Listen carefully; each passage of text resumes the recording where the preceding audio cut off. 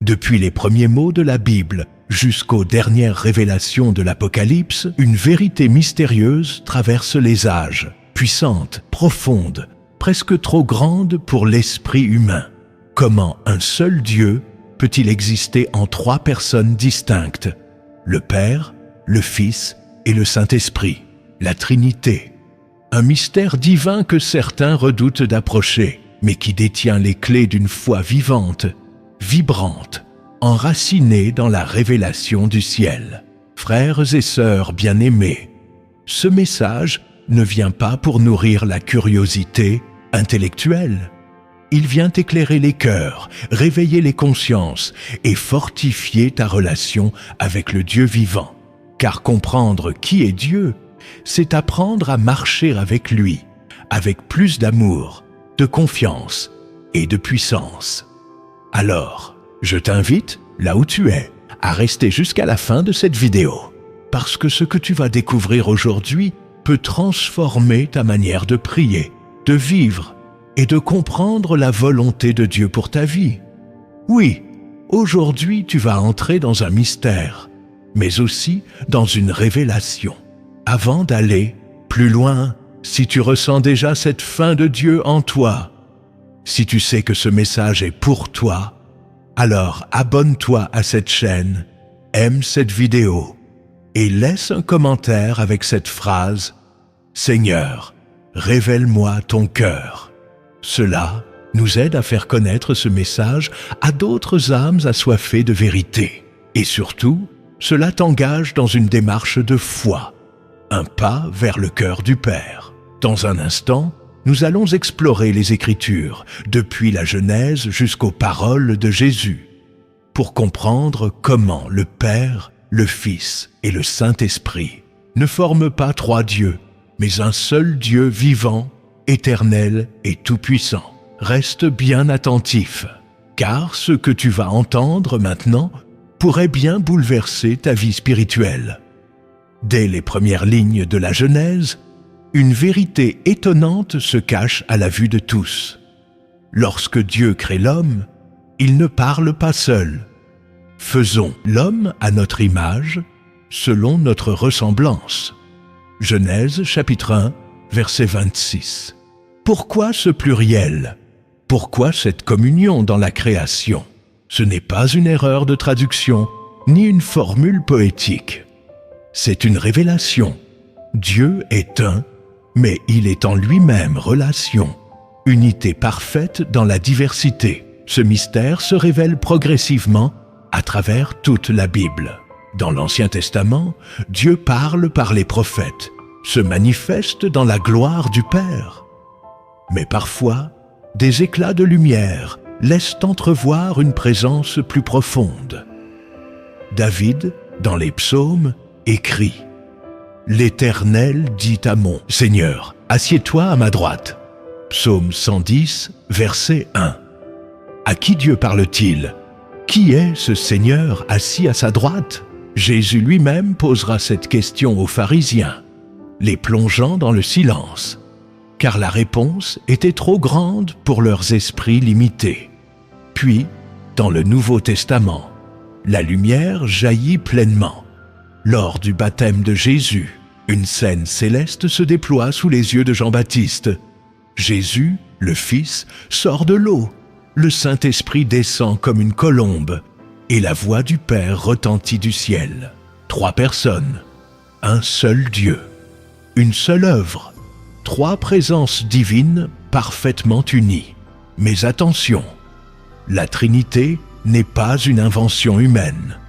Ce n'est pas une construction philosophique, ni une tentative d'expliquer l'inexplicable. C'est une vérité révélée que les apôtres ont reçue, vécue et transmise avec puissance. Jésus dit « Allez, faites de toutes les nations des disciples, les baptisant au nom du Père, du Fils et du Saint-Esprit. » Matthieu chapitre 28, verset 19. Un seul nom, trois personnes, pas trois dieux, un seul Dieu en trois manifestations éternelles. Et pourquoi est-ce si essentiel pour nous aujourd'hui? Parce que comprendre la Trinité, c'est comprendre l'amour. Le Père aime le Fils aime le Père. Le Saint-Esprit procède de cette union, portant cet amour en nous. Dieu est amour parce qu'il est relation en lui-même. Il ne se suffit pas dans une solitude froide, mais il est vie, partage, unité parfaite. C'est ce même amour trinitaire que nous sommes appelés à recevoir et à refléter. Mais hélas, dans notre monde moderne, cette vérité est souvent négligée.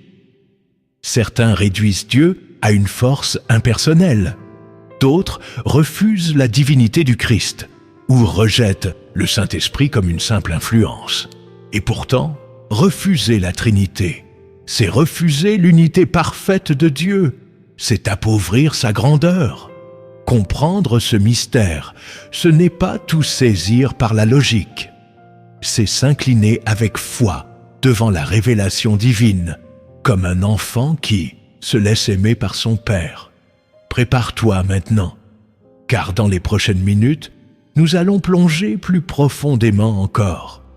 Nous allons découvrir comment chaque personne de la Trinité agit dans ta vie, comment cette vérité peut renouveler ta foi, et comment elle répond aux soifs les plus profondes de ton âme. Imagine un seul feu dont jaillissent 3 flammes. Elles éclairent, réchauffent et brûlent d'une même essence. Tu ne peux pas les séparer sans éteindre la source. Ainsi est la Trinité.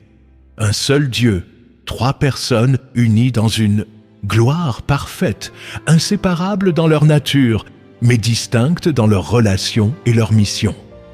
Le Père est la source.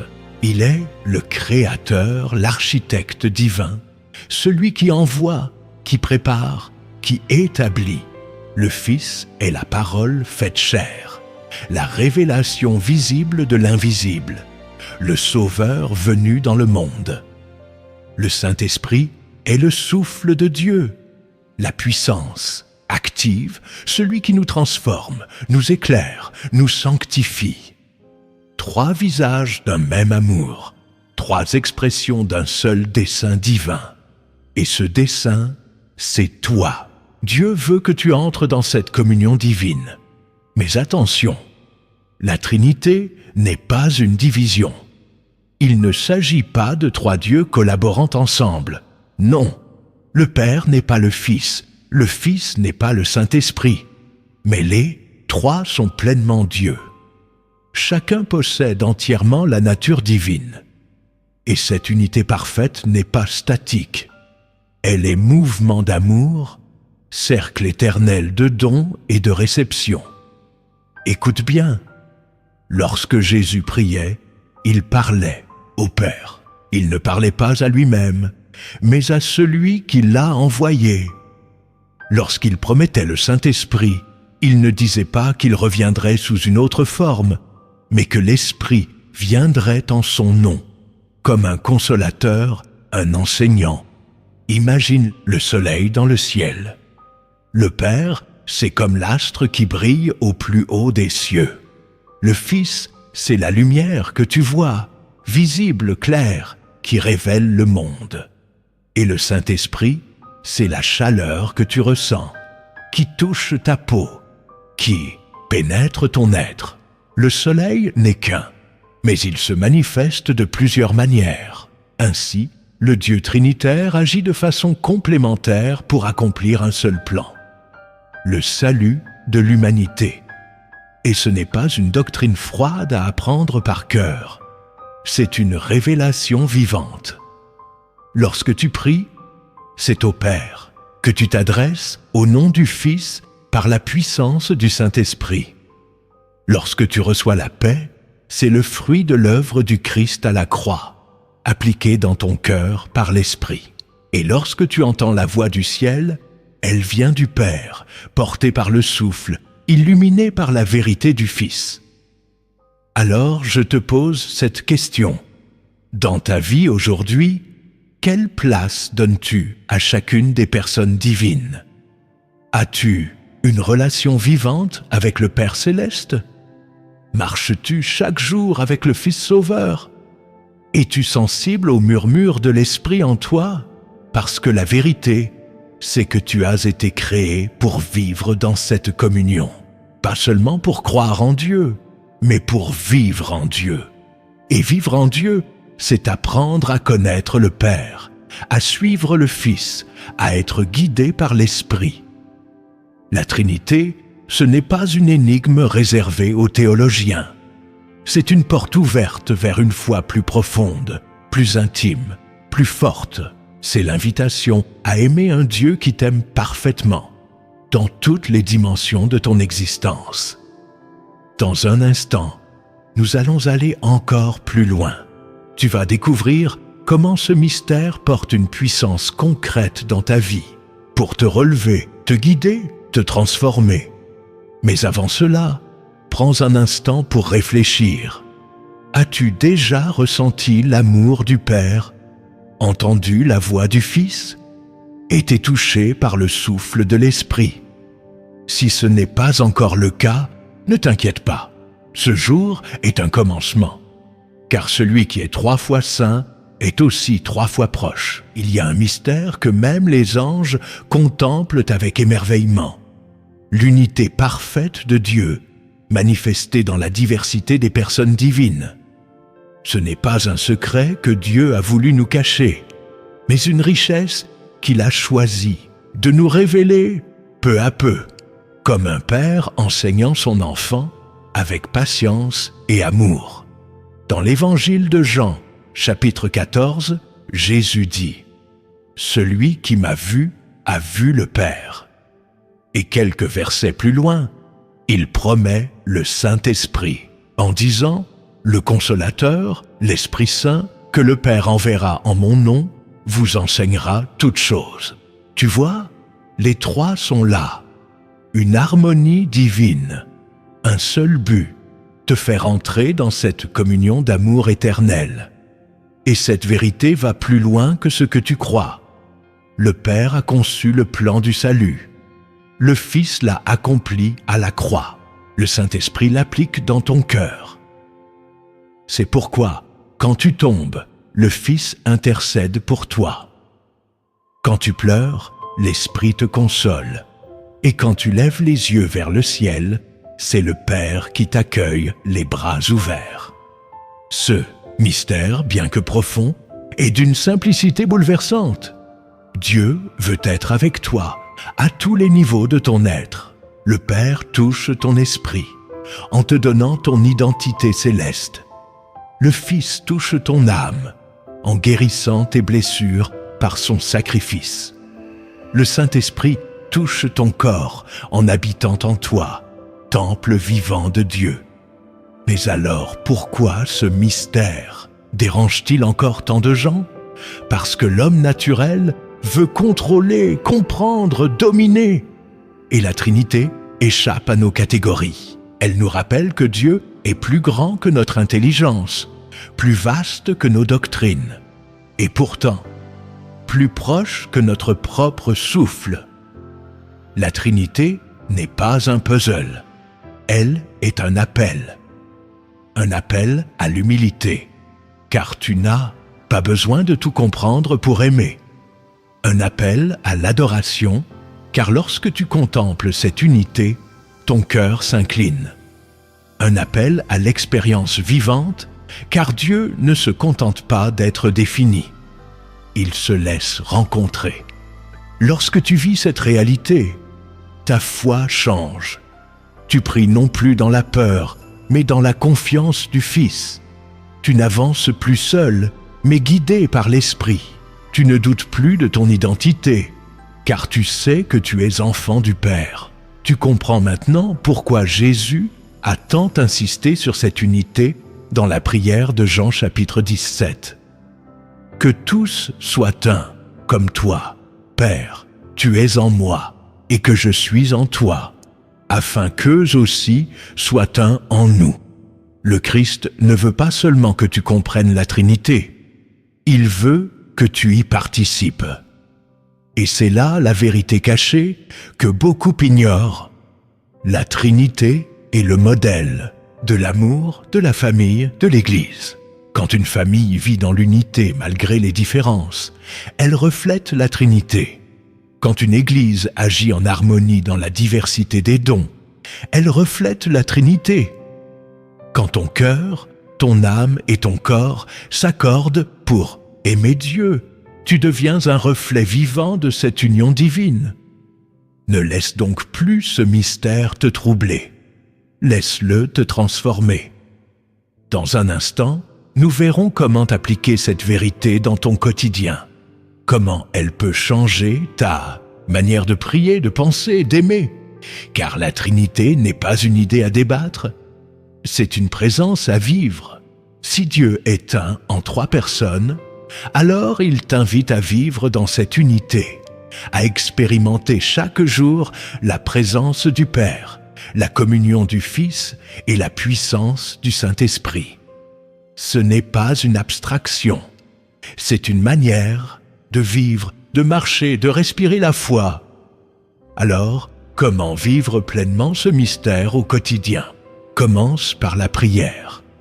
Quand tu t'adresses à Dieu, fais-le consciemment au nom de Jésus, avec l'aide du Saint-Esprit. Commence ta journée en disant « Père, je te rends grâce pour la vie.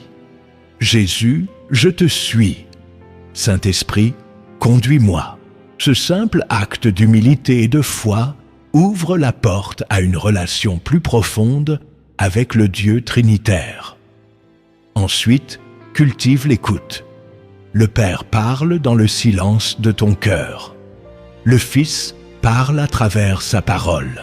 Le Saint-Esprit parle par des impressions, des rappels, des murmures que seul un cœur attentif peut percevoir. Lis la Bible non pas seulement pour apprendre, mais pour entendre la voix du Fils.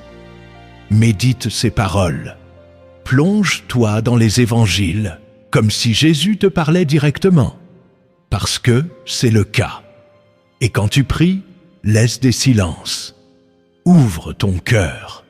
Laisse l'Esprit t'enseigner, te consoler, te corriger. Troisièmement, pratique l'amour trinitaire. Tu veux marcher dans l'unité de Dieu, aime. Aime ton prochain comme Jésus t'a aimé. Aime ton frère en Christ même quand il est différent.